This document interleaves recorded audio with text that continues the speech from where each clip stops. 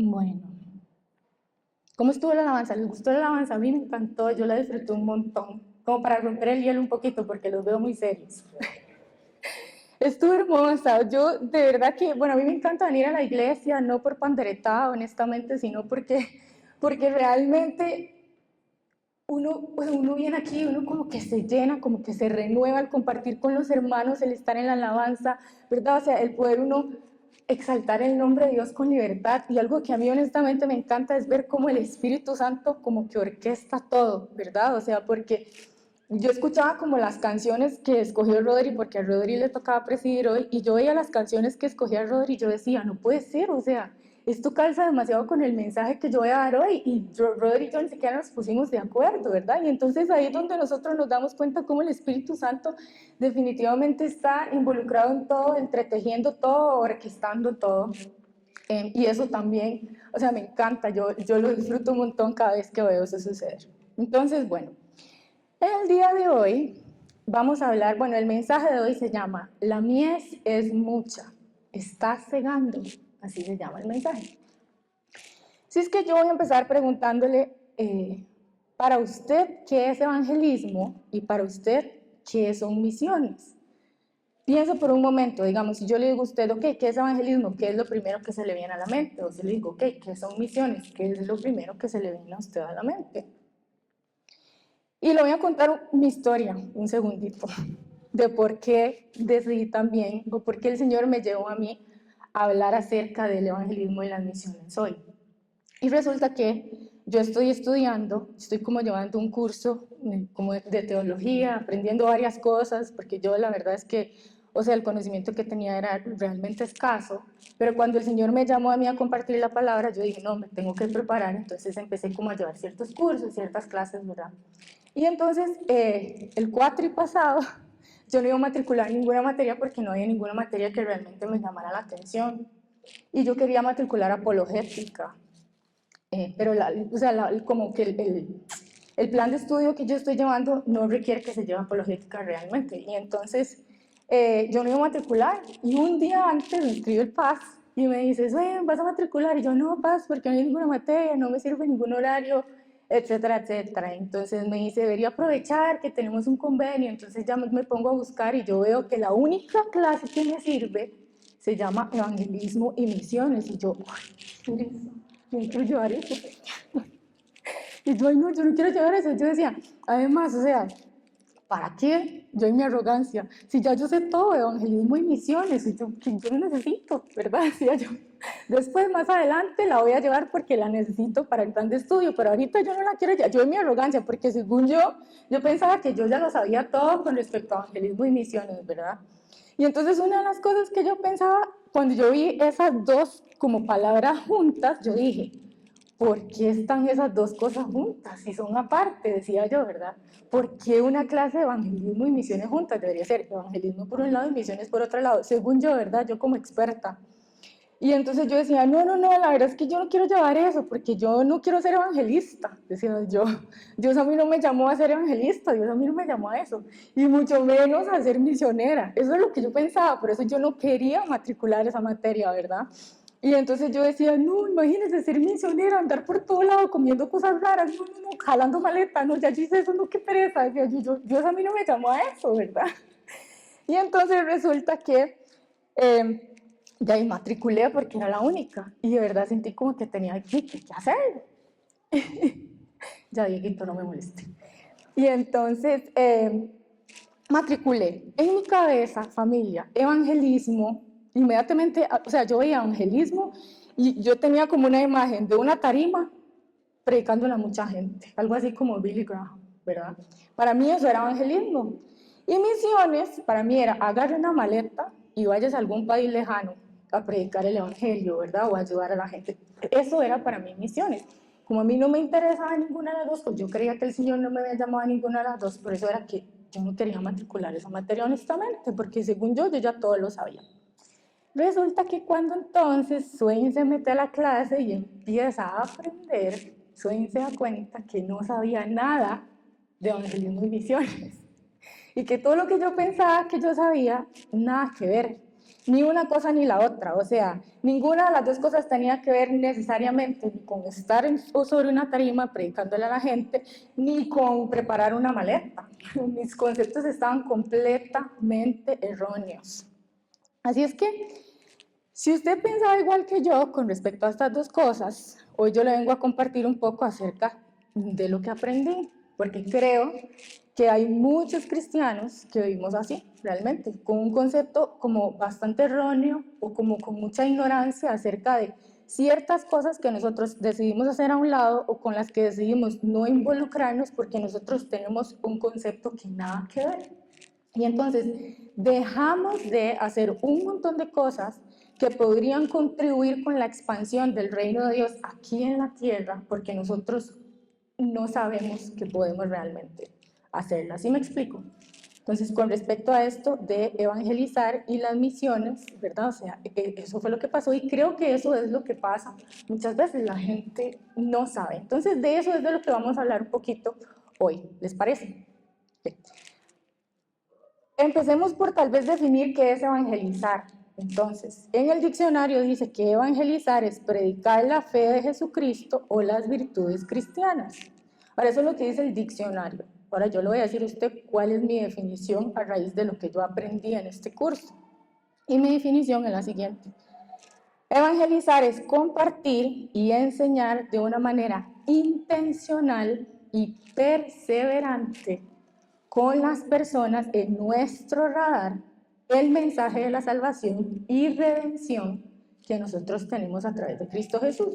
En otras palabras, evangelizar es compartir de manera intencional y perseverante el mensaje de salvación con todas las personas a las que nosotros tenemos alcance. Eso es evangelizar. Aquí usted no ve que diga tarima en ningún lado, ¿verdad? Ni multitud de gente en ningún lado tampoco. Simplemente es comparta el mensaje de salvación. Eso es evangelizar. Ahora, misión en el diccionario dice que es la salida o la peregrinación que hacen los religiosos y misioneros de pueblo en pueblo, de provincia en provincia o a otras naciones predicando el evangelio. Esa es la del diccionario. Ahora, mi definición es la siguiente, dice, se refiere a las distintas formas y estrategias de alcance que se llevan a cabo para compartir el mensaje de salvación. Entonces, resumido, misiones es la forma en la que usted lleva el mensaje de salvación. Entonces, una es el cómo, que sería, una es el qué, que sería la evangelización, ¿verdad? Y la otra es el cómo, o sea, que serían las misiones. Nosotros podemos ver aquí entonces que la evangelización y las misiones no son actividades que están aisladas una de la otra, sino que más bien están casadas prácticamente. Usted no puede tener evangelización, digamos, sin misiones, porque al final misión no necesariamente es vaya y con una maleta y váyase a otro país. La misión es, ok, si yo tengo que compartir el mensaje de salvación, ¿cómo voy a hacer yo eso? ¿Verdad? Entonces mi misión es esa, o sea, por ejemplo, yo voy a compartir el mensaje de salvación haciendo, no sé, una actividad que se llame Sábados de Alcance, que es ir a comunidades de bajos recursos a compartir el evangelio y suplir recursos, por ejemplo, físicos, ¿verdad? O sea, poder ayudarles como con cosas, recursos, por así decirlo. Bueno, entonces esa es mi misión. ¿Sí me explico? ¿Y por qué? O sea, ¿cuál es el objetivo de esa misión? Digamos, llevar el mensaje de salvación, evangelizar. Entonces, las dos están casadas. ¿Por qué les cuento esto? Porque honestamente, vean, yo he sido cristiana toda la vida, desde chiquitita, yo nací en el Evangelio. Y a veces, por uno crecer en el Evangelio y nacer en el Evangelio, uno puede tener una actitud bastante arrogante con respecto al conocimiento que uno tiene, de que uno piensa que porque nació en el Evangelio uno lo sabe todo. Y para mí esto fue un golpe de humildad llevar esta clase, porque descubrí que no, yo no sabía nada. Y como decía al principio, creo que hay varias personas que podrían estar así. Entonces, yo les voy a compartir ciertos puntos con respecto a la evangelización, antes de que nosotros entremos al pasaje ya bíblico que vamos como a estudiar. Entonces les voy a compartir 5 puntos que yo logré tal vez como entresacar de todo lo que aprendí de esta clase, que me gustaría que compartan y se lleven para que tengan tal vez una idea más clara de qué es evangelizar y qué son las misiones, cómo ellas están entrelazadas.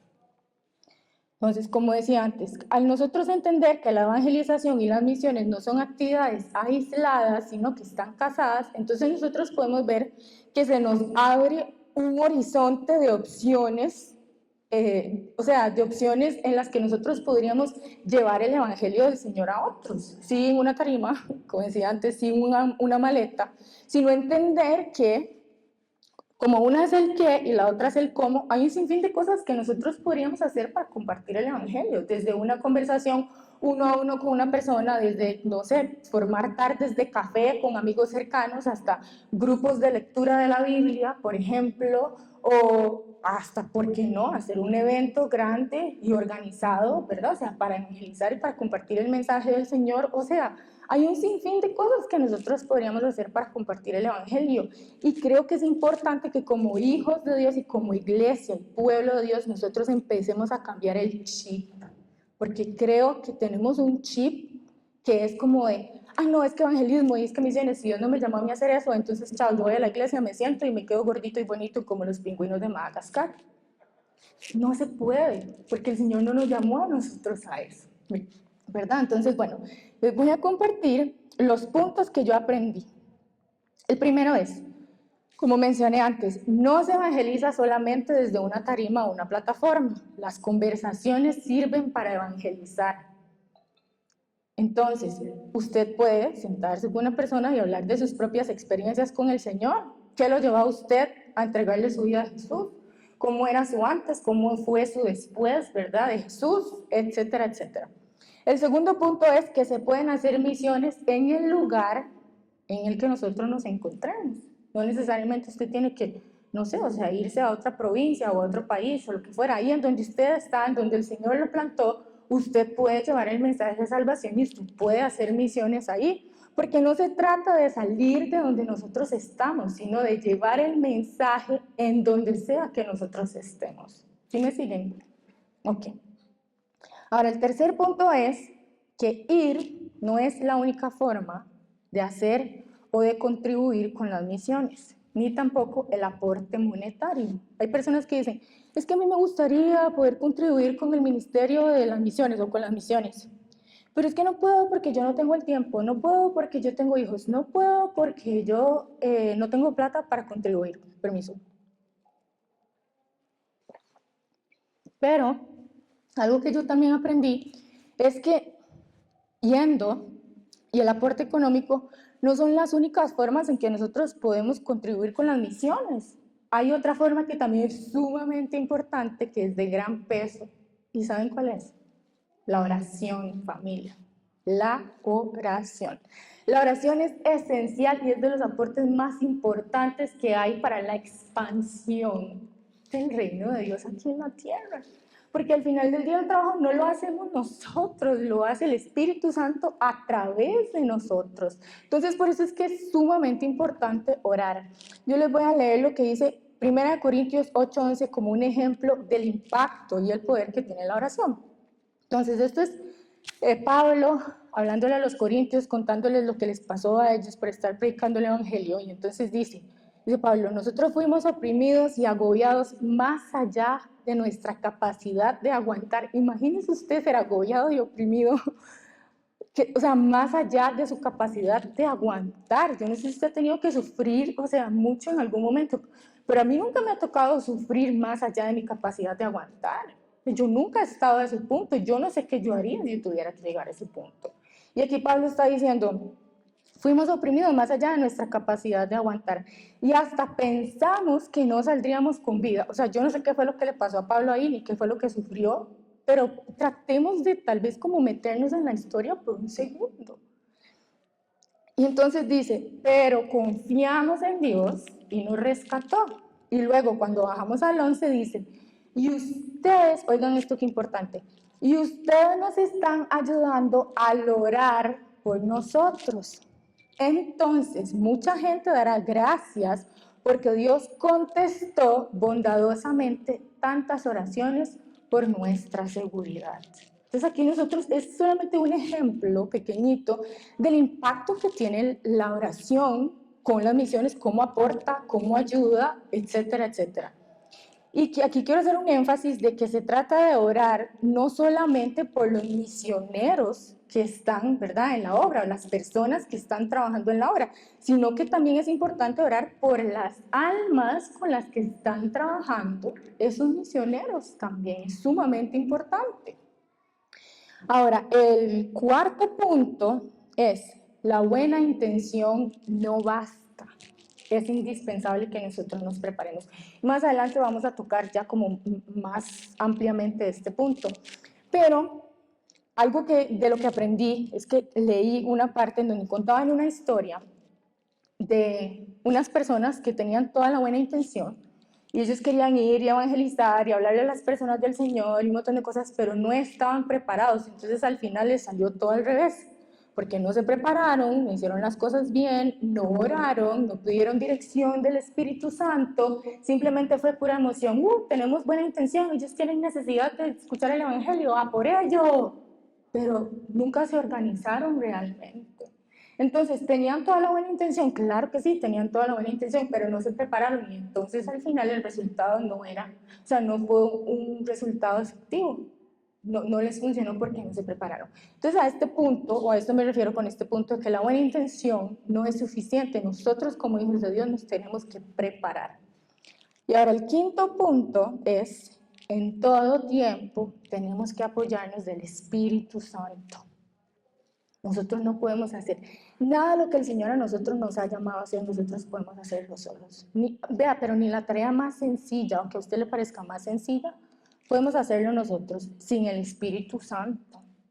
Entonces es importante apoyarnos de Él. ¿Por qué? Vean, Salmo 127:1, el famoso Salmo 127:1 dice: en vano trabajan los edificadores, ¿sí qué? Si el Señor no edifica la casa. ¿Qué quiere decir esto? Nosotros podemos trabajar con todas nuestras fuerzas, pero si nosotros no tenemos el respaldo del Señor detrás de lo que nosotros estamos haciendo, ese esfuerzo y ese trabajo, por duro que suene, va a ser en vano. Entonces tenemos que involucrar al Señor en lo que nosotros estamos haciendo. Nosotros no podemos andar compartiendo y predicando en un puro desorden, porque Dios es un Dios de orden y Dios es un Dios estratégico y nosotros tenemos que aprender a estar sincronizados con Él, alineados con Él, para que Él nos pueda dirigir en ese orden y esa estrategia que Él quiere utilizar para llevar a cabo su plan de salvación para con las personas. Entonces tenemos que apoyarnos de Él. Antes de ir, antes de compartir, nosotros tenemos que pedir al Espíritu Santo que nos guíe, que nos dé las estrategias, que nos dé las palabras correctas, que propicie momentos, que prepare corazones. Y eso no se hace en el momento en el que nosotros tengamos a las personas al frente. Eso no se hace en el momento en que nosotros lleguemos al lugar donde vayamos a compartir el mensaje. Eso se hace desde antes, en nuestros tiempos con el Señor. Porque ahí es donde nosotros aprendemos a escuchar la voz del Espíritu Santo. Ahí es donde nosotros aprendemos a sincronizarnos con Él, a sintonizarnos con Él, a escuchar su voz con claridad. Entonces es importante aprender eso, a apoyarnos del Espíritu Santo. Amén. Okay. Ahora, usted podría decir: ay, Swain, pero es que honestamente, a mí Dios definitivamente no me llama a ser evangelista. O sea, yo no puedo hablar, a mí me cuesta un montón, yo no sé cómo expresarme. Es que mi llamado, de los 5 ministerios famosos que habla la Biblia, mi llamado no es ser evangelista, entonces no, chao, eso no es para mí. No, es que no importa si su llamado no es ser evangelista, joven, vea, yo le voy a explicar por qué. Porque lo cierto es que la evangelización no está limitada solo para los que tienen ese ministerio de evangelismo. No, la evangelización es un llamado que Dios tiene para todos sus hijos. ¿Usted sabe qué significa evangelio? Evangelio quiere decir buena noticia o buenas nuevas. Eso es lo que significa evangelio. Entonces, todos los hijos de Dios somos llamados a compartir la buena noticia, no una buena noticia, no, la buena noticia. ¿Y cuál es la buena noticia? Que el cielo vino a la tierra. Esa es la buena noticia, el cielo vino a la tierra, Jesús vino a la tierra. Entonces, somos llamados a compartir la buena noticia, el famoso Mateo 28, del 19 al 20, que dice: que vayan y hagan discípulos de todas las naciones, etcétera, etcétera. Ok. Y el segundo, que es en el que quiero enfatizar, es que estamos llamados al ministerio de la reconciliación. ¿Cómo hacemos nosotros? O sea, ¿qué es eso del ministerio de la reconciliación? Ok, nosotros estamos llamados al ministerio de la reconciliación por medio de compartir esa buena noticia. Repito, ¿cuál noticia? De que el cielo, la noticia de que el cielo vino a la tierra, de que Jesús con su sacrificio pagó el precio de nuestra salvación y nos reconcilió con el Padre, y entonces ahora nosotros tenemos acceso a una vida eterna con Él. Esa es la buena noticia que nosotros tenemos que compartir para que las personas se puedan reconciliar con el Señor. ¿Sí me siguen? Ok. Están aburridos, los veo muy serios. No, ok. Ahora, 2 Corintios 5 del 18 al 20 dice, y todo esto proviene de Dios, todo esto que hablando de la salvación, antes de este versículo habla de que las cosas viejas pasaron y todas las cosas son hechas nuevas en Jesús, ¿verdad? Entonces aquí Pablo sigue y dice, todo esto proviene, esto refiriéndose a la salvación. Dice, todo esto proviene de Dios, quien nos reconcilió consigo mismo a través de Cristo y nos dio el ministerio de la reconciliación. Esto quiere decir que en Cristo Dios estaba reconciliando al mundo consigo mismo, sin tomarles en cuenta sus pecados, y que a nosotros nos entregó el mensaje de la reconciliación. Así que si somos embajadores en nombre de Cristo, somos embajadores en nombre de Cristo. Y como si Dios les rogara a ustedes por medio de nosotros, en nombre de Cristo les rogamos, reconcíliense con Dios. Entonces podemos ver que somos llamados al ministerio de la reconciliación como hijos de Dios. Ahora usted puede decir, un momento, ¿qué es esto de la reconciliación? ¿Cómo que la reconciliación? ¿Por qué el ser humano tiene que reconciliarse con Dios? Vuelvo al punto, a veces uno crece escuchando muchas cosas y está acostumbrado a escuchar muchas cosas, pero uno no se detiene a realmente analizar y pensar el porqué detrás de esas cosas, ¿verdad? Uno está acostumbrado a que, ay, sí, el ser humano se tiene que reconciliar con Dios, y uno va, y tienes que reconciliarse con el Señor, ajá, pero ¿por qué el ser humano se tiene que reconciliar con Dios? ¿Usted alguna vez se ha puesto a pensar en eso o se ha hecho esa pregunta? Entonces, hablemos por un momento entonces de la reconciliación. ¿Por qué es que el ser humano se tiene que reconciliar con Dios? Por causa del pecado. El pecado es todo aquello que va en contradicción a Dios, en contradicción a la voluntad de Dios, en contradicción a su instrucción. Y es eso que nos separa de Dios. Eso es pecado. Ahora usted puede decir, Swain, pero ¿por qué estoy yo separado de Dios, por ejemplo? ¿Por qué estaría una persona separada de Dios? Yo no le hago daño a nadie, o esa persona no le hace daño a nadie, esa persona vive y deja vivir, ¿verdad? ¿Por qué? Si yo no soy una mala persona, por ejemplo, porque yo entonces estoy separado de Dios? Y la Biblia dice que Dios ama a todas las personas. ¿Alguna vez han escuchado ese argumento? Que uno se queda así como, ¿y ahora qué contesto, Dios mío? ¿Verdad? Entonces, bueno, tenemos nosotros que entender que más allá de lo bueno o lo malo que nosotros podamos hacer, el pecado yace en el ADN del ser humano, por así decirlo. O sea, el pecado yace como en el ADN espiritual del ser humano. Entonces ya les voy a explicar. En Génesis, y esta historia, si usted es creyente, obviamente usted se sabe la historia de la caída, entonces la voy a resumir. En Génesis sabemos, ¿verdad?, toda la historia de Dios, que le dio al hombre la instrucción de que no podía comer el fruto de un árbol específico, ¿verdad?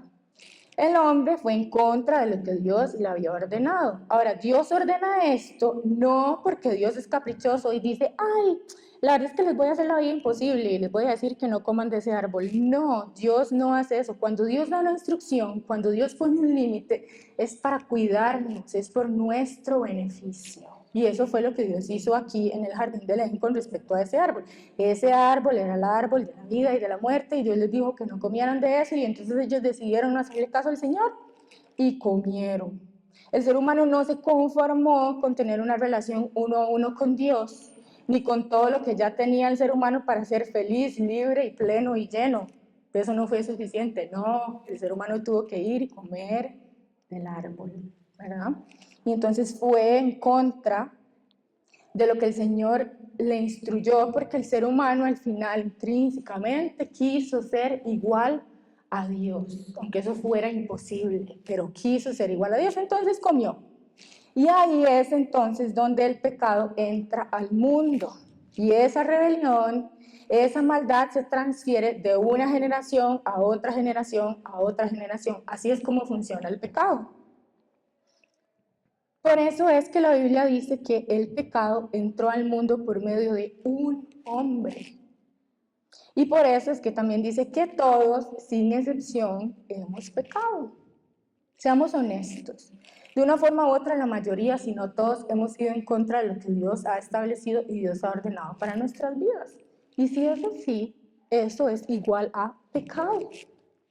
Entonces, el pecado entró al mundo por medio de un hombre. ¿Por qué? ¿Cómo es esto? Porque el pecado se transfiere. Ya nosotros ya nacemos bajo la influencia del pecado. Entonces, ese pecado intrínseco con el que el ser humano nace debido a la caída en el jardín es lo que nos aparta de Dios. ¿Sí tiene sentido? Ok. Ahora, hablábamos de que, pero yo no soy una mala persona, yo soy una buena persona, ¿verdad? Que yo escucho eso a cada rato, cada vez que yo le hablo a la gente, que hey, busca a Dios, acérquese a la iglesia, ¿verdad? No, pero yo soy una buena persona, Dios, yo y Dios, Él allá y yo aquí, ¿verdad? Porque yo soy una buena persona. Es que no se trata de eso. Nosotros aquí en ningún momento yo dije que la Biblia dice que tenemos que reconciliarnos con Dios porque somos malas o buenas personas. No, no dijimos en ningún momento que no fuera una buena persona. Dijimos que el pecado nos aparta de Dios. El ser humano puede ser bueno en nuestra definición de bueno, porque hay algo que entender aquí, paréntesis. Nuestra definición de bueno nada que ver con la definición de bueno del Señor, ¿verdad? Porque nuestra mente está demasiado limitada para entender realmente lo que es bueno. Entonces, vuelvo al punto. El ser humano puede ser bueno, en nuestra definición de bueno, y seguir viviendo alejado de Dios como el resultado de su naturaleza pecaminosa. Y eso nosotros lo vemos a diario. Ustedes hay personas que dicen, ay, qué buena esa persona, ¿verdad? Qué buen corazón, cómo ayuda a la gente. Pero eso no significa que la persona haya aceptado el regalo de salvación y tenga al Señor en su corazón y no camine bajo la influencia del pecado, aunque no le haga daño a nadie. ¿Sí tiene sentido? Ok, entonces, yo una vez estaba como pensando y yo decía, Señor, ¿de qué forma puedo yo explicarle a la gente cómo es que funciona el pecado? Y yo me acuerdo hablando con un amigo de esa gente, yo no sé si a ustedes les ha pasado, compartirle el evangelio honestamente a veces no es tan sencillo, ¿verdad? Y entonces, porque a veces uno topa con gente que es súper intelectual, que le sale uno con unas preguntas que uno dice, Espíritu Santo, o me ayudas o se perdió, porque yo aquí no puedo hacer nada. Y entonces yo decía, Señor, ¿de qué forma? Mira ejemplo, este chico es demasiado intelectual, ¿verdad? Y entonces me dice el Espíritu Santo, VIH. Y yo, ¿cómo VIH? Entonces ya les voy a explicar el ejemplo que me dio el Señor. Hablando de que, ay, que yo no soy malo, yo soy bueno, y entonces, ¿por qué el pecado y tas, verdad? Les voy a explicar entonces cómo hacer la comparación. Hablemos del VIH. Una persona que tiene VIH se convierte en mala automáticamente. Usted, una persona con VIH, dice, no te reprendo, eres malo, eres malo. No, tiene VIH. Ni nosotros lo podemos controlar, ni la persona lo puede controlar, tiene el virus. Ok. Ahora, un bebé que nace con VIH porque el bebé es malo. No, un bebé nace con VIH probablemente porque la mamá se lo transfirió, no porque el bebé sea malo, ¿verdad? Ahora, el hecho de que el bebé no sea malo cambia el hecho de que el bebé efectivamente tiene VIH. No, tampoco, aunque el bebé sea bueno, sea un alma pura que no dice, ay, qué lindo, me lo quiero comer, tiene VIH. No cambia nada el hecho de que el bebé sea bueno. Entonces, ¿qué pasa para que una persona no se vea afectada por los efectos del VIH? Porque entendemos que el hecho de que una persona tenga VIH no automáticamente significa que esa persona tiene SIDA, ¿verdad? O sea, tiene el virus. Entonces, ¿qué pasa si la persona tiene VIH? ¿Qué necesitamos hacer o qué necesita hacer la persona para que no se vea afectada por el VIH, ¿verdad? A largo plazo. Bueno, esa persona necesita un tratamiento. De lo contrario, ese virus va a escalar 3 fases hasta que llegue a convertirse en SIDA. ¿Me siguen? Ok. Entonces, algo parecido sucede con el pecado. Nosotros podríamos decir que el pecado es VIH espiritual. Entró a la humanidad por medio de un hombre y eso es lo que a nosotros nos separa totalmente de nuestro Creador. No es porque que las personas sean buenas o que las personas sean malas, es que no sé, si usted tiene VIH, el VIH, y eso luego escala así, el VIH usted lo separa de ciertas cosas, hay ciertas cosas con las que usted tiene que tener cuidado, que no puede hacer, bueno, etcétera, etcétera. Entonces lo mismo sucede con el pecado. El pecado es VIH espiritual y eso se transfiere. Entonces entró al mundo por medio de un hombre que fue Adán y eso se pasó de generación en generación en generación y estamos en el mundo en el que estamos. Y porque las personas se rehúsan a recibir el tratamiento espiritual que necesitan recibir, yo siento que ya el pecado no escaló a SIDA, escaló a yo no sé ni siquiera qué se le puede decir si nosotros realmente nos sentamos a analizar y ver el estado del mundo actualmente. Está perdido, el mundo está perdido.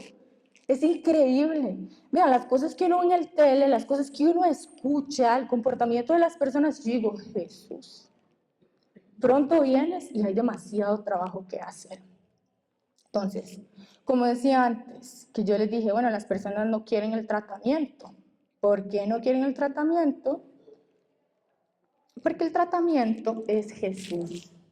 El tratamiento de Jesús. Y las personas se resisten a Jesús. Entonces, ¿qué decía yo? Bueno, el pecado es lo que a nosotros nos separa totalmente de nuestro Creador. Y entonces, por eso es que el hombre debe ser reconciliado con Dios, ¿verdad? Porque estamos hablando de la reconciliación. Ahora, solamente hay un tratamiento que más que un tratamiento es un hombre que nos puede librar de la influencia y de la consecuencia eterna del pecado. Y ese es Jesús, familia, ese es Jesús. El sacrificio de Jesús es lo que quita el pecado del mundo. Eso nosotros lo vemos en Juan 1:29, cuando Juan está bautizando a Jesús y dice, he aquí el Cordero que quita el pecado del mundo. Jesús es el que quita el pecado del mundo. Ahora, es importante entender que Jesús no quita el pecado de todo el mundo. Jesús no quita el pecado de todas las personas, sino de aquellos que creen en Él. Jesús quita el pecado de aquellos que creen en lo que Él hizo por la humanidad, que rinden su vida a Él, que deciden vivir de forma que honre ese sacrificio y que entienden lo que significa. De esas personas es entonces de quien Jesús quita el pecado. Ahora, que entienden lo que significa. ¿A qué me refiero con esto? Bueno, que entienden que no se trata de ser buenos o ser malos, de acuerdo con nuestra definición de bueno, como decía, sino de que la única forma en que nosotros podemos realmente dejar de vivir en esclavitud al pecado y ser acercados nuevamente al Señor es por medio de Jesús.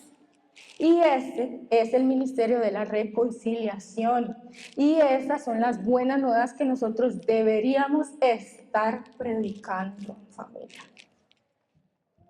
Entonces mi pregunta es, ya vamos a entrar en materia gris.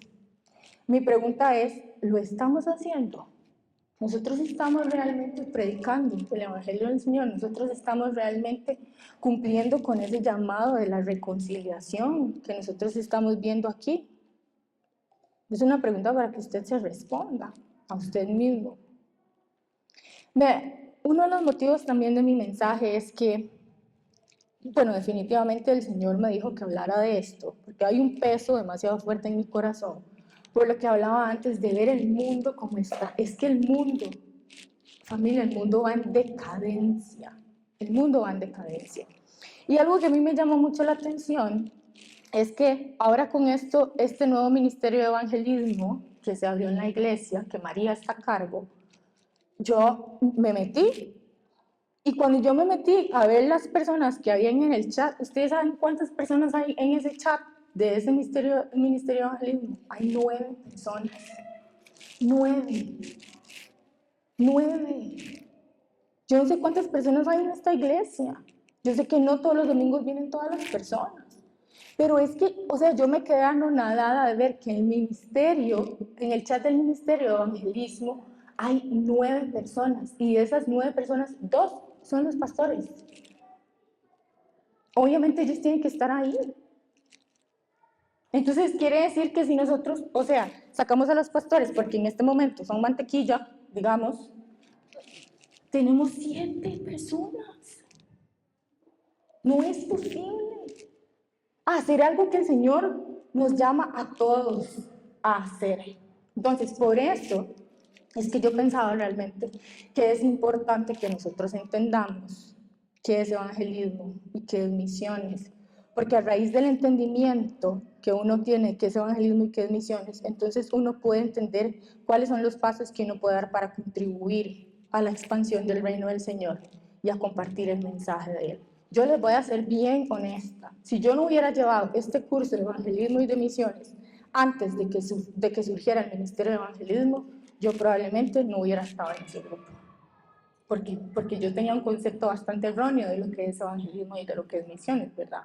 Cuando ya yo entendí, yo vi que se abrió el grupo, entonces claramente yo me metí, porque yo dije, a mí me pueden poner a pintar, a cantar, a brincar, a hacer jumping jacks, si eso va a contribuir como una misión a que las personas sean salvas, joven, yo lo voy a hacer, porque se trata de eso, de compartir el evangelio. Entonces, vamos a ver. Ahora sí, vamos a ir al mensaje. El mensaje de por qué entonces estamos tocando, o el texto bíblico de por qué estamos tocando este tema. Y como decía, el punto es que hay mucha gente que necesita escuchar el mensaje de salvación y ser reconciliados con el Señor. Y nosotros, como hijos de Dios, como pueblo que el Señor ha escogido, nosotros tenemos la responsabilidad de contribuir, y aquí muy importante, nosotros tenemos la responsabilidad de contribuir y trabajar con el Señor, con el Espíritu Santo, no con nuestras propias fuerzas, ¿verdad? Con el Señor para que esto suceda. Entonces yo le voy a pedir que me acompañe a Mateo 9, del 35 al 38. Mateo 9, del 35 al 38.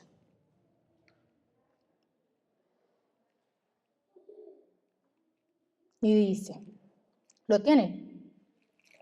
¿Sí? Ok. Entonces dice, Jesús recorría todas las ciudades y las aldeas y enseñaba en las sinagogas de ellos, predicaba el evangelio del reino y sanaba toda enfermedad y toda dolencia del pueblo. Al ver las multitudes, ojo, al ver las multitudes, Jesús tuvo compasión de ellas, porque estaban desamparadas y dispersas, como ovejas que no tienen pastor. Entonces dijo a sus discípulos, ciertamente es mucha la mies, pero son pocos los segadores. Por tanto, pidan al Señor de la mies que envíe segadores a cosechar la mies.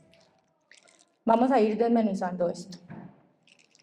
Jesús recorría todas las ciudades, no algunas, no las que él quería, no las que le parecían bonitas, todas las ciudades y las aldeas, y enseñaba. Predicaba el evangelio del reino. ¿Qué predicaba Jesús? Cuando Jesús, o sea, cuando nosotros empezamos a ver como en los evangelios, en Mateo, que Jesús, ¿verdad? O sea, se empieza a contar la historia de Jesús. Cuando nosotros prestamos atención al mensaje que él predicaba, ¿qué era lo que él decía? Jesús decía, arrepiéntanse, porque el reino de los cielos se ha acercado. Eso era lo que decía Jesús. Juan también lo decía. Entonces, ¿qué significa arrepiéntanse? La palabra arrepiéntanse, que sé que esto también lo saben muchos, en griego es metanoia, y metanoia significa cambie su mente. Y eso es lo que pasa allá afuera. Hay muchas personas que no han tenido un cambio de mente, entonces no pueden acercarse al Señor. Y reino aquí, en griego se dice basileia, y basileia quiere decir poder real o dominio. Entonces, nosotros no vemos un reino como tal acercándose a la tierra, ¿verdad? No es como que espiritualmente nosotros vemos un reino que viene y se junta con la tierra, igual, o sea, no, eso no es lo que nosotros vemos. Pero nosotros vemos el poder del cielo y el dominio celestial teniendo contacto directo con la humanidad. Y eso no pasaba antes, eso no se veía antes. Entonces eso se refiere cuando arrepiéntanse, dice Jesús, porque el reino de los cielos se ha acercado, el reino de los cielos está aquí, Jesús vino a la tierra. Antes eso no estaba, las personas no podían tener un contacto directo con lo celestial. Tenía que ser a través de sacrificios, o si el Señor decidía revelarle X o Y cosa a una persona por medio del Espíritu Santo. La facilidad que nosotros tenemos ahora de tener una interacción con lo celestial no existía. Y eso es algo que tenemos nosotros que valorar, porque nosotros para este tiempo hemos nacido y tenemos que valorarlo. Entonces, eso como punto número uno. Como punto número dos, algo que yo rescato aquí es que Jesús no estaba estático, Jesús no estaba sedentario, Jesús no estaba haciendo el equivalente a lo que hoy sería Netflix o scrollear 45 minutos en Instagram, porque uno se dio cuenta y pasaron 3 horas y uno no hizo nada y desperdició esas 2 horas y media en Instagram. ¿Usted me entiende? Y lo digo porque a mí me ha pasado. A mí me ha pasado, yo digo, uy, tengo que hacer tal cosa, voy a revisar si tengo algún mensaje en Instagram, y me meto, y me sale una cosa que me llamó la atención, y le di scroll, cuando yo me di cuenta, pasó una hora y yo aquí, como un vegetal. Y es que es irónico, y sé que es bien porque nos pasa, y nosotros tenemos que estar, vean, o sea, no puede ser que nosotros sigamos desperdiciando nuestro tiempo así, hay demasiado trabajo que hacer. Es mejor que usted agarre un libro y se ponga a aprender acerca, no sé, de los atributos de Dios, agarre un video en YouTube que hable acerca de apologética y usted aprenda cómo, no sé, tener una conversación con una persona que le haga consultas acerca del Señor. Antes que desperdiciar esa hora viendo cosas en Instagram que no edifican, que no le ayudan a uno en absolutamente nada, es puro entretenimiento. Y adormecimiento de mente también, porque uno no piensa cuando está ahí scrolling. ¿Les ha pasado? Ok, no es un regaño, es simplemente un llamado de atención. Ok, entonces Jesús no estaba estático, Jesús estaba activo, ¿verdad? Jesús estaba aquí, a lo que vinimos. Yo siempre digo eso, a lo que vinimos. ¿A qué nos llamó el Señor? A lo que vinimos. Muévanse, deje de perder el tiempo, no hay tiempo que perder. Entonces nosotros vemos que Jesús era así. ¿Y cómo puedo ver yo solamente con este capítulo, el capítulo 9? Yo puedo ver que Jesús estaba aquí. ¿Cómo puedo ver yo eso? Porque solamente en ese capítulo 9 se menciona que Jesús, ojo, Jesús sana a un paralítico, resucita a la hija de Jairo, le da vista a 2 ciegos, le devuelve el habla a un mudo que estaba endemoniado. Solamente en el capítulo 9 nosotros podemos ver que Jesús hizo eso. Eso no lo hace una persona que está estática, familia. Eso lo hace una persona que está aquí, entendiendo a qué fue llamado y que hay mucho trabajo que hacer. Entonces, ¿a qué hemos venido nosotros? ¿Y qué es lo que nosotros estamos haciendo? Usted me podría decir, como siempre, excusas, ¿verdad? Porque, vea, todas estas excusas que yo les digo son excusas que yo misma he puesto. No crean que es que yo les estoy juzgando, es que yo he estado ahí. Entonces, usted me podría decir, ay, Swain, es que yo lo intento, pero siempre que yo intento hablarle a alguien del Evangelio, el ambiente se pone súper tenso y súper espeso. Y me hacen mala cara, como, uy, no, ya cállese, qué pereza, Swain, aquí viene otra vez hablando del Señor. ¿Y qué? ¿Y qué? Si el ambiente se pone tenso. ¿Y qué? Si la gente nos hace mala cara. Vea, en ese mismo capítulo, el 9, a Jesús lo acusaron de blasfemo. Lo juzgaron por las personas con las que él se relacionaba, porque se relacionaba con cobradores de impuestos y etcétera, etcétera. Entonces lo juzgaron por las personas con las que se relacionaba. Cuestionaron su comportamiento al ellos ver que él y que sus discípulos no estaban ayudando en un momento ahí específico que todas las demás personas sí estaban ayudando. Se burlaron de él y respetaron la discreción que él pidió y más bien lo divulgaron, porque él sanó a unos leprosos y él dijo, cállense y no digan nada. Y lo primero, dijeron, ok, Jesús nos sanó. Literalmente fue lo que pasó. Y él les pidió discreción y ellos no pudieron ni siquiera en agradecimiento, o sea, respetar la discreción que él les pidió. Y después lo acusaron de estar aliado nada más y nada menos que con Satanás. ¿Usted me entiende?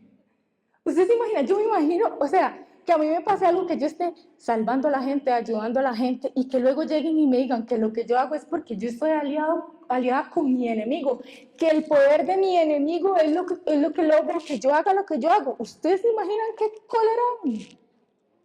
Y aún así nosotros no vemos a un Jesús triste, no vemos a un Jesús desanimado, no vemos a un Jesús conformista tampoco, ni dejando de hacer lo que él había sido llamado a hacer porque habían personas que no lo querían, o porque habían personas que lo rechazaban, o porque habían personas que no valoraban lo que él hacía. Entonces la incomodidad no es una excusa ni es una justificación para nosotros dejar de hacer lo que el Señor nos ha llamado a hacer. Jesús predicaba el evangelio del reino y suplía las necesidades físicas y espirituales de las personas, de acuerdo con cómo el Padre lo guiara. Y aquí volvemos al punto de la oración y del orden. No porque yo tenga el poder para hacer algo, la habilidad para hacer algo, significa que yo lo voy a andar haciendo a lo loco, porque mi intención es que las personas se salven. Si el Señor no lo guía a usted a hacer eso, no lo haga, porque ¿cómo sabe usted que lo va a respaldar? Hay que estar sincronizados. Entonces, ¿a qué me refiero también con eso? De acuerdo con cómo el Padre lo guiara, oración. Jesús era un hombre de oración constante, él estaba en una relación constante con su Padre y eso era lo que a él le permitía estar sincronizado y entendido de que era lo que él tenía que hacer. Y él estaba siempre trabajando, por eso desde muy temprana edad él dijo, en los negocios de mi Padre me es necesario estar. Hay negocios celestiales en los que usted y yo también estamos llamados a estar. Entonces, ¿cuánto estamos invirtiendo realmente nosotros en esos negocios? Y aún más importante, ¿sabemos nosotros si estamos entendidos de cuáles son esos negocios? Porque si no, entonces es tiempo, familia, de doblar rodillas y esa hora que nosotros scrolleamos en Instagram, hacerla a un lado e invertir esa hora en oración con el Señor para ver qué es lo que el Señor quiere que nosotros hagamos y cómo. Amén. Okay.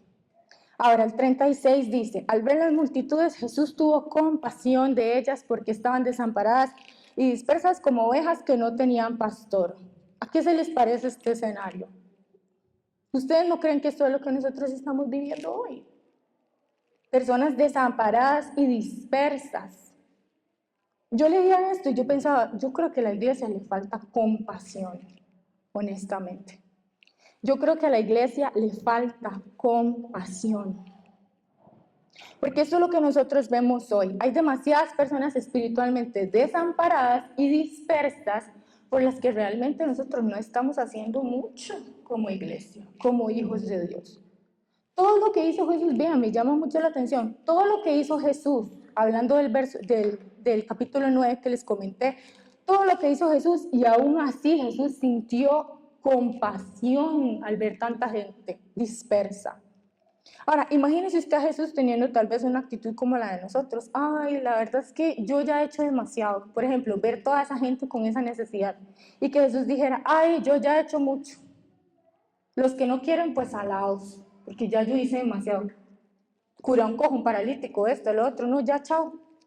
Pero aquí dice que Jesús hizo todo lo que él hizo y luego él vio a ese montón de gente, ese montón de multitud que se estaba perdiendo y él tuvo compasión. Nosotros tenemos que ser una iglesia, tenemos que ser personas que tengan compasión, familia. Que la gente no quiere nada con Dios, ajá, es cierto. Claro que la gente no quiere nada con Dios. ¿Y usted sabe por qué la gente no quiere nada con Dios? Porque la gente está cegada. La gente está cegada. La gente no ve lo que usted y yo vemos, porque el privilegio que usted y yo tenemos es que nuestros ojos han sido abiertos a la verdad de Jesús. Las personas que están allá afuera, no. Entonces, obviamente no van a querer tener nada que ver con Dios. Segunda de Corintios 4 al 3. Ojo lo que dice.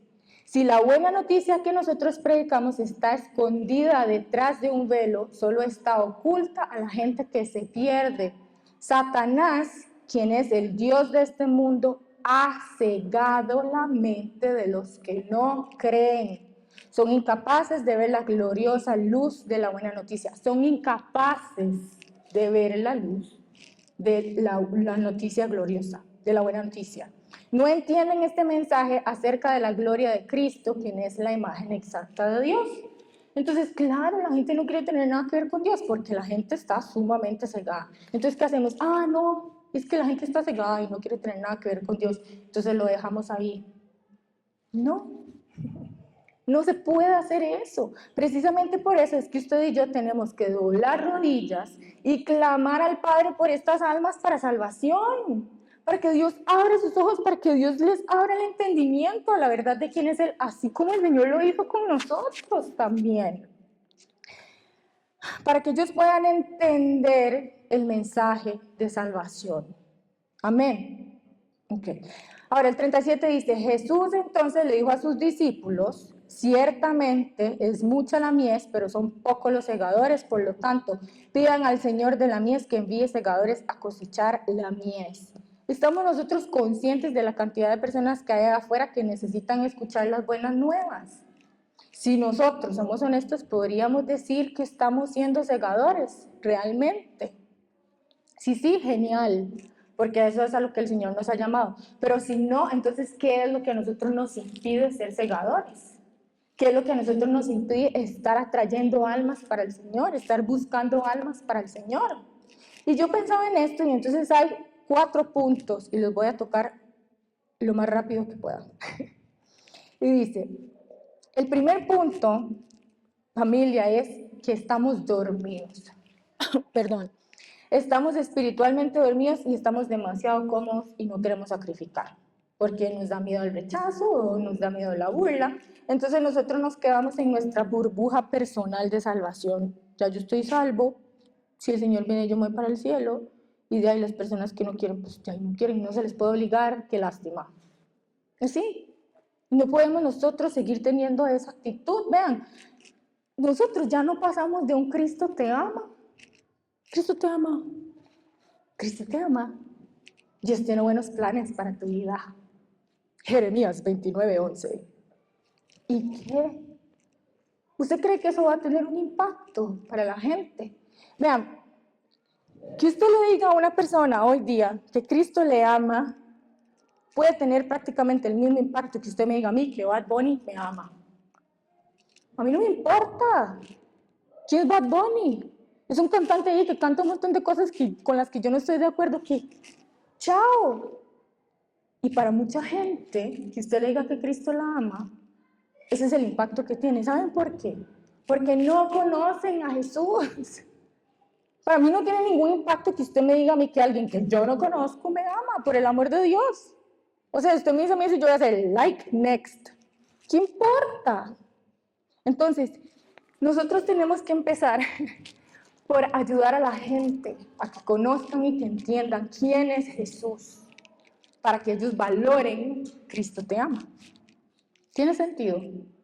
Ok, sigo. Ahora, el segundo punto es que nosotros no sabemos a veces cómo compartirlo, porque no nos preparamos realmente. Entonces, vuelvo al punto, ay, Cristo te ama. Dios tiene buenos planes para ti. Ajá, ¿y cómo se sabe que Dios tiene buenos planes para mí? Soy, porque está en la Biblia. ¿Y cuáles son esos buenos planes? ¿En dónde está ese versículo? No sé, espérese para googlearlo. ¿Qué credibilidad va a tener uno el compartir el evangelio de esa forma? No estamos preparados. ¿Qué dice Primera de Pedro? Este se ha convertido en uno de mis versículos favoritos. Cuando yo leí esto, yo dije, ¡oh, Dios mío, me falta demasiado! Y Primera de Pedro 3:15 dice, si alguien les pregunta acerca de la esperanza que tienen como creyentes, estén siempre preparados para dar una explicación. ¿Está usted preparado para dar una explicación? Vean, no fue hasta que yo leí este versículo con atención que yo pensé sobre esto. ¿Qué tan preparada estaba yo para dar no solamente una explicación, sino para responder a preguntas difíciles que hacen muchas veces las personas? Vean, a mí me preguntan el típico, pero si Dios es bueno, ¿por qué hay tanto mal en el mundo? No, yo no creo en lo que dice la Biblia, porque la Biblia fue escrita por hombres. Sí, eso siempre, uno siempre escucha eso cuando intenta compartirle el Evangelio a las personas. Pero entonces, si Dios es amor, ¿cómo Dios de amor puede mandar a las personas al infierno? Vea, aquí uno las tiene apuntadas, siempre es lo mismo. Y ni siquiera así, porque nosotros sabemos que por lo general siempre son las mismas preguntas, ni siquiera así estamos nosotros preparados para una respuesta. Entonces, ¿qué estamos haciendo? Hey, para mí, hacer este estudio, leer esto, o sea, lo que el Señor a mí me enseñó, les digo, para mí fue una cachetada, porque hay demasiado trabajo que hacer, insisto. Nosotros tenemos que estar preparados y nosotros tenemos que ser valientes y audaces. Cristo te ama, no es suficiente. Vea, yo espero que todo lo que estoy hablando hoy, esto que yo le estoy diciendo, se le quede grabado y que le recuerde todo lo demás que hemos hablado hoy.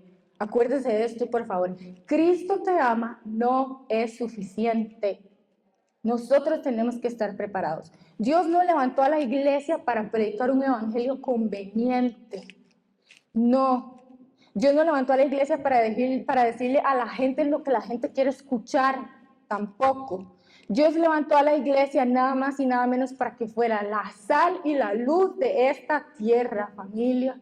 Y nosotros no podemos seguir insípidos y con nuestra luz opaca, porque no hay tiempo para seguir viviendo así. ¿Sí me entienden? ¿Sí me explico? Ok. El reino de los cielos es ¿de quién? De los que lo arrebatan. Entonces, por duro que suene lo que voy a decir, un pusilánime no puede llevar las buenas nuevas. Porque para llevar las buenas nuevas hay que ser valientes. Uy, Suen, qué concha, qué grosera, qué directa. No, yo le estoy diciendo la verdad. Y la iglesia necesita de nuevo empezar a escuchar este tipo de mensajes. ¿Por qué? Porque está dormida. Estamos dormidos. Ustedes vean, uno va a la mayoría de las iglesias y volvemos al mismo punto. Todo es súper conveniente. Decláralo en el nombre de Jesús se hará. Haz una siembra, pone una ofrenda. O sea, algo así como anuncio de Ofertel.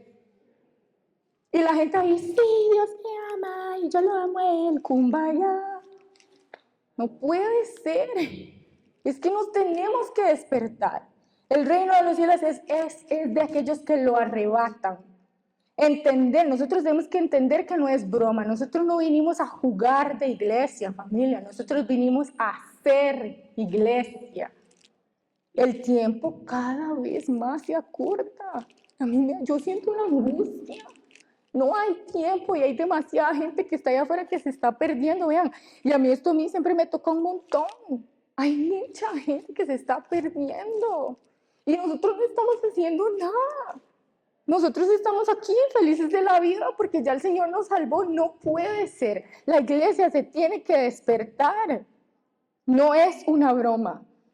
Nosotros, vean, tanto la salvación de tantas personas que hay afuera como la prontitud de la venida de Cristo están ligadas a la forma en la que la iglesia se mueva y trabaje.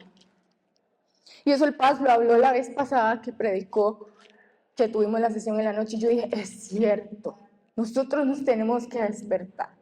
Ahora, nosotros tenemos que dejar de estar pensando que va a ser fácil, porque no va a ser fácil. Por eso yo decía, llevar el evangelio no es para pusilánimes. No va a ser fácil necesariamente llevar el evangelio. Vean, Mateo 10:16, ¿qué dice? Miren, los envío como abejas en medio de lobos, por lo tanto, sean astutos como serpientes e inofensivos como palomas.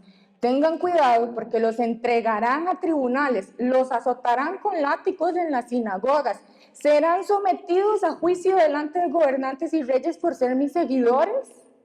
¿A usted le han metido un latigazo por compartir el mensaje del evangelio? ¿A usted lo han tenido que llevar a un tribunal? ¿A usted lo han sometido a juicio por compartir con las personas el mensaje de salvación? Entonces usted no tiene derecho a venir a decirme a mí que usted no quiere compartir el evangelio porque la gente le hace mala cara. Yo sé que suena muy feo, pero eso es una ridiculez. Y eso es cobardía. Estamos dormidos y nos tenemos que despertar. Entonces, sacrificio y entrega. Porque si el Señor nos escoge a nosotros para ser sal y luz, Él nos respalda. Vea lo que dice este versículo aquí, seguimos aquí leyendo. Cuando los arresten en el 19, no los preocupen. A ustedes les puede pasar todo eso, pero cuando los arresten, no se preocupen. Y sigo leyendo.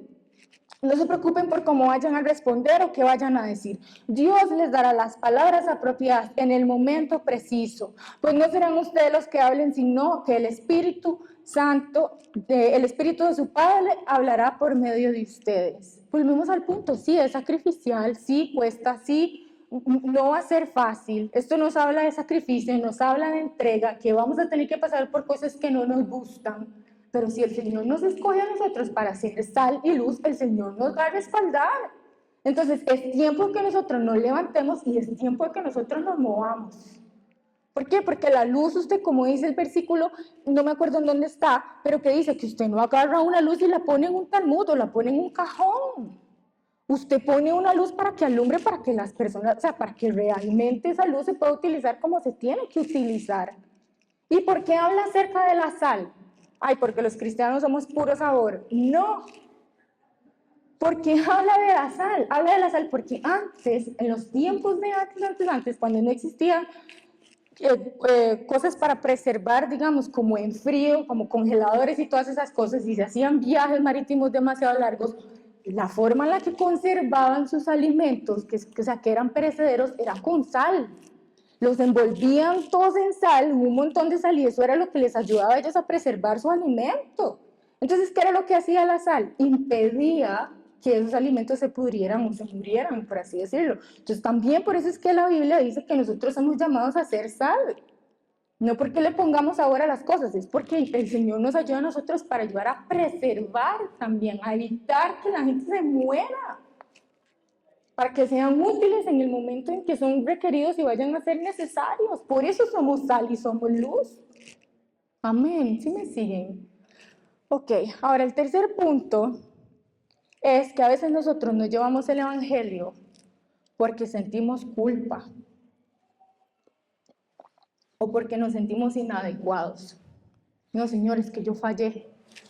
Yo conozco al Señor, pero te fallé. Yo no soy digno de compartir el evangelio.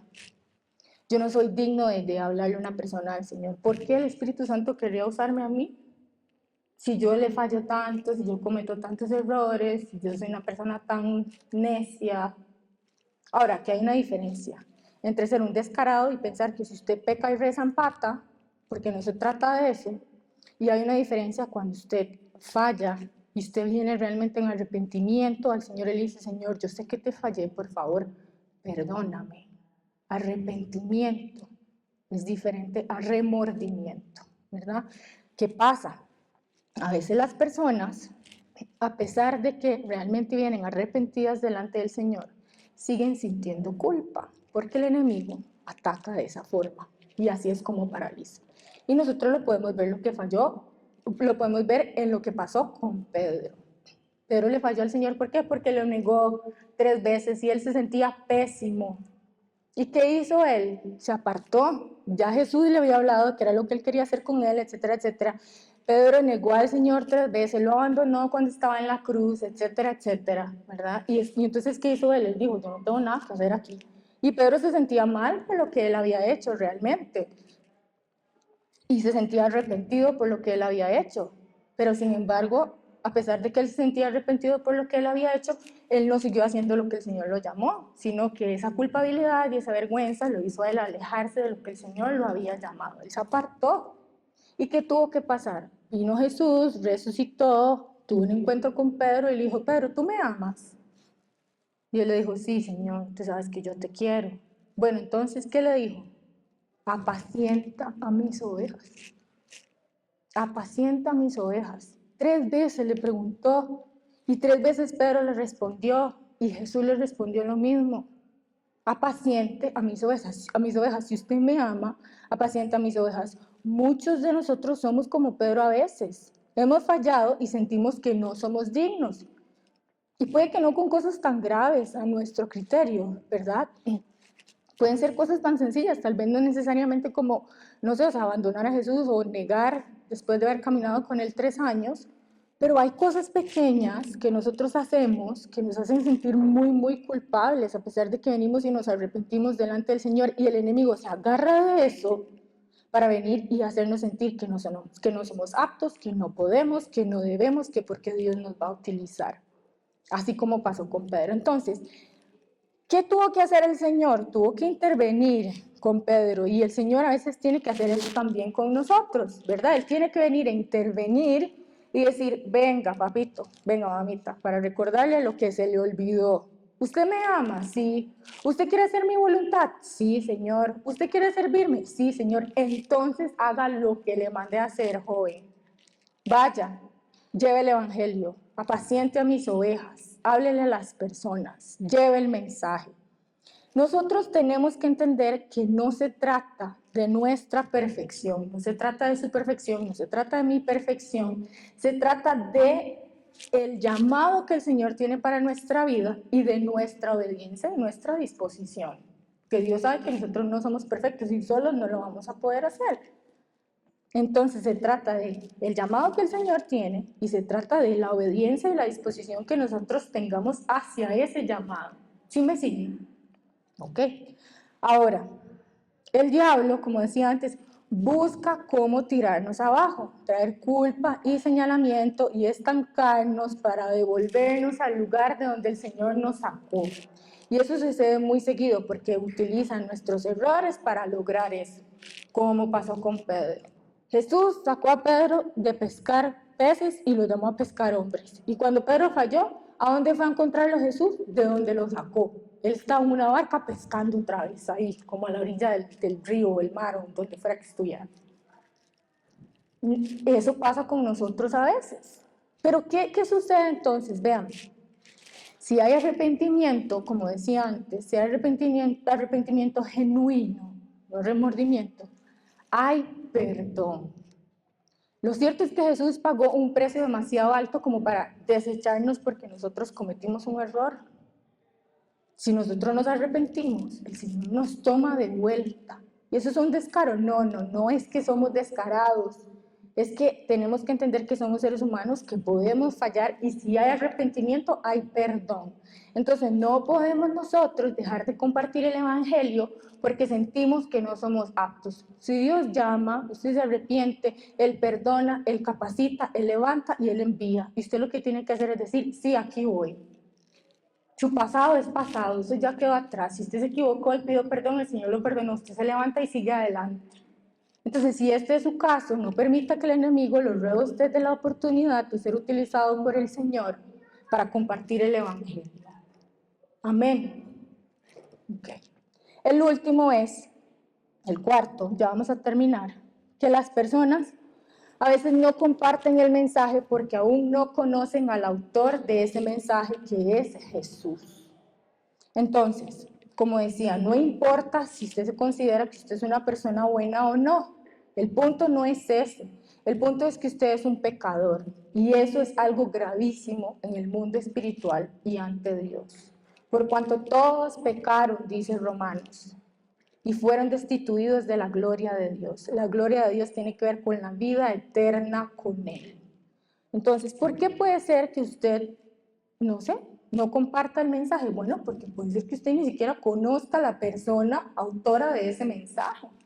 Y si usted necesita conocer a Jesús, este es un buen momento y esta es una oportunidad para que usted pueda acercarse a Él. La única manera en que nosotros podemos ser limpios de ese pecado es a través del sacrificio de Jesús en la cruz. Dios envió a su Hijo a morir para cubrir la falta por ese pecado. Y dice en Romanos 10:9 que el que confiesa con su boca que Jesús es el Señor y realmente cree que Dios le levantó de entre los muertos, será salvo. Así es que si usted, por ejemplo, dice, hey, la verdad es que yo no comparto el Evangelio porque yo no conozco ese Evangelio, porque yo no conozco al autor de ese Evangelio, pero a mí me gustaría conocer al autor de ese Evangelio. Hoy es su oportunidad.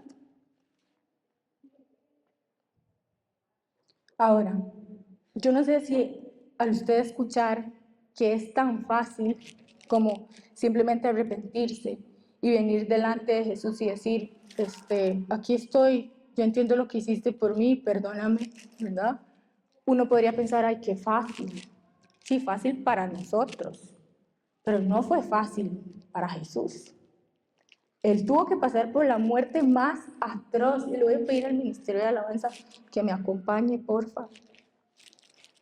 Jesús tuvo que pasar por la muerte más atroz para que usted y yo tuviéramos el privilegio de estar aquí hoy.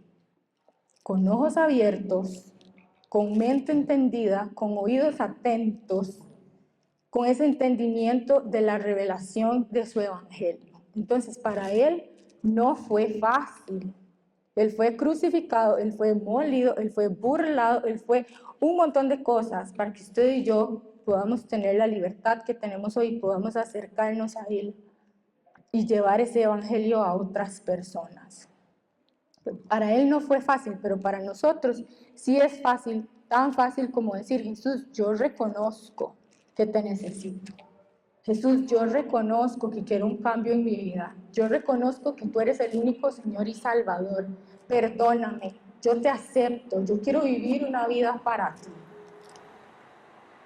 Es que yo no sé si hay alguien aquí hoy que quisiera hacer eso, pero en redes sociales, ahí en su casa, las personas que nos ven a través de YouTube, a través de donde se publican estos mensajes, si este es usted hoy, si usted es una persona que quiera acercarse al Señor, si es una persona a quien Dios ha venido tocando su corazón de un tiempo para acá y usted ha sentido esa necesidad, esa inquietud de acercarse a Dios, usted puede sentir realmente que Dios le está moviendo a que se acerque a Él. Siempre es un buen día para venir a Jesús. Ahí en donde usted esté, en su casa, en su oficina, en su carro, en donde se encuentre, siempre es un buen día para venir a Jesús. Y este podría ser su oportunidad. No se resista y dele a Jesús la oportunidad de que venga y opere en su vida. No solamente para su beneficio, sino para beneficio de las personas que hay a su alrededor y para la expansión del reino de los cielos aquí en la tierra, porque usted también puede convertirse en un segador. Ahora, usted podría decir, Swain, a mí la verdad es que no me interesa. Yo no quiero ser segador, a mí no me interesa nada de eso que tenga que ver con Dios. Ok, se respeta. Quiere decir que su tiempo entonces todavía no ha llegado, que su entendimiento todavía está cegado y nosotros jamás podríamos obligarlo. Pero entonces lo que nosotros vamos a hacer es orar por usted. Dios sabe que usted estará dentro del grupo de personas por el cual nosotros elevaremos ese clamor para que Dios abra su entendimiento. Y aunque nosotros no sepamos quién es usted específicamente, Dios sí sabe quién es usted. Pero si su caso es al contrario y usted quiere la salvación, este es el día. Lo único que usted tiene que hacer es abrir su corazón y pedirle a Jesús que entre y que empiece a transformarlo y lo lleve por el camino de vida. La mies es mucha, familia.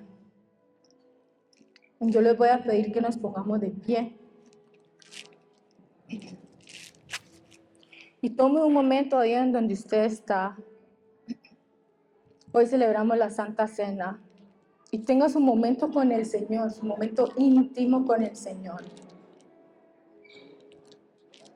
Y póngase a pensar por un momento lo que hemos hablado hoy. De cuánta mies hay allá afuera. Y de si realmente usted como hijo de Dios está siendo un segador. Y si no está siendo usted un segador, entonces mi pregunta es, ¿quiere ser un segador? Porque parte de lo que el Señor, o uno de los motivos, o parte del motivo por el cual el Señor nos acercó a Él, no fue solamente para nuestro beneficio, sino para prepararnos para poder ir y alcanzar a otras personas. Entonces, ¿quiere ser un segador? No se trata de lo que usted y yo solos podemos hacer. Se trata del Dios de poder al que usted y yo le servimos. Y ese es el Dios que va con nosotros, ese es el Dios que nos respalda, ese es el Dios que nos ha llamado, que nos ha escogido, que nos ha apartado, que ha abierto nuestros ojos. Si hay cambios que usted tiene que hacer en su vida y usted está consciente de ellos, si hay algo por lo que usted tiene que arrepentirse delante del Señor, si hay algo que el Señor está trayendo a su corazón, y cosas que Él lo ha llamado a hacer que no ha hecho, tome su tiempo para que el Espíritu Santo pueda venir y limpiar y arrancar y direccionar. Y arrepiéntase si hay algo por lo que se tiene que arrepentir. Pero lo cierto, familia, es que nosotros somos la iglesia. Nosotros somos la sal y la luz de este mundo. Y nosotros no podemos seguir dormidos más. Es tiempo de levantarnos como iglesia. Es tiempo de despertar y hacer lo que el Señor nos ha llamado a hacer.